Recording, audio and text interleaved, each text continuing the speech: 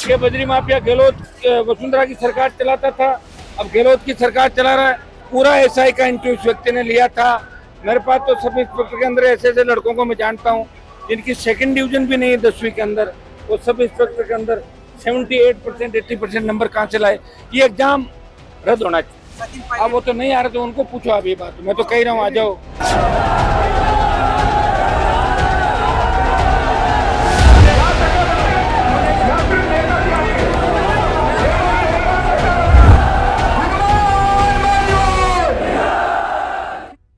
राजस्थान विधानसभा चुनाव से कुछ महीने पहले तमाम पार्टियों ने शय और मात देने के लिए अपने अपने तरीके से चुनावी चौसर बिछाना शुरू कर दिया है और इसी कड़ी में आरएलपी संयोजक हनुमान बेनीवाल ने फिर से बजरी माफियाओं के खिलाफ भीलवाड़ा में हल्ला बोलकर हुंकार भरी है।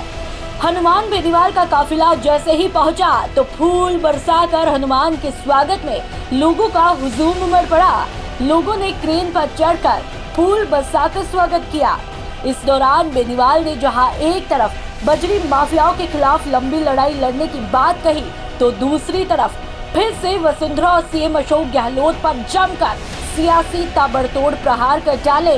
हनुमान कहते हैं कि बजरी माफिया पहले वसुंधरा की सरकार चलाता था और अब गहलोत की सरकार चलाता है।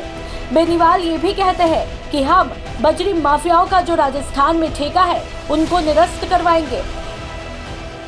ये हमारी चौथी पांचवी रैली है और सरकार बजरी माफिया की गोदी में बैठी है।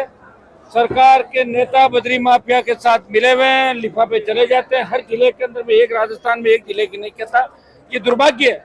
और भारतीय जनता पार्टी चुप है।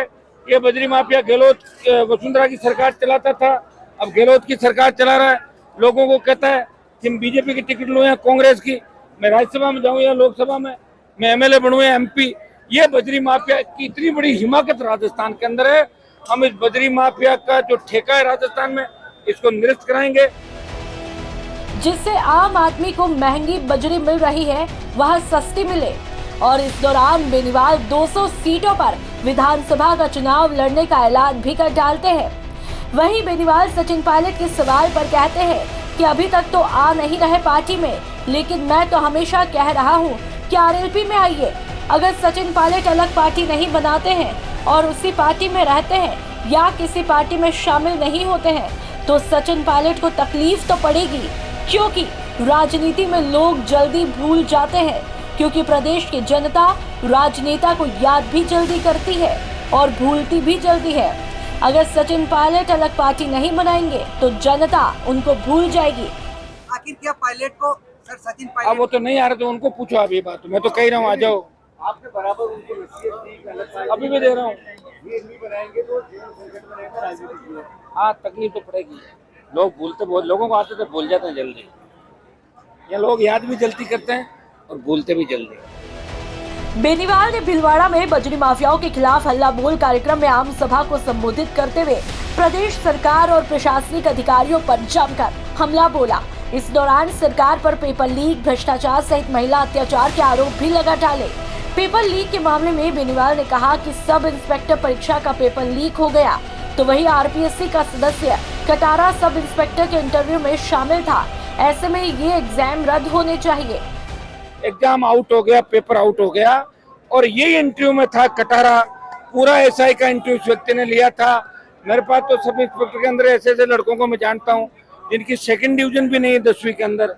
वो सब इंस्पेक्टर के अंदर 78% 80% नंबर कहाँ से लाए? ये एग्जाम रद्द होना चाहिए। वहीं बेनीवाल गठबंधन के सवाल पर कहते हैं कि लोकसभा चुनाव में गठबंधन करके मैंने कहा था कि गहलोत के बेटे को हरवाऊंगा। मैंने उस समय मुख्यमंत्री अशोक गहलोत के बेटे वैभव गहलोत को हरवाया था।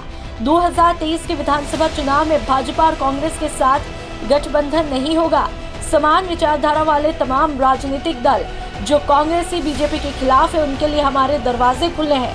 अब ऐसे में देखना बड़ा दिलचस्प होगा कि 2023 में क्या बेनीवाल के दांवपेच से कांग्रेस और बीजेपी को बड़ा नुकसान होगा। राजस्थान तक के लिए भीलवाड़ा से प्रमोद तिवारी की रिपोर्ट।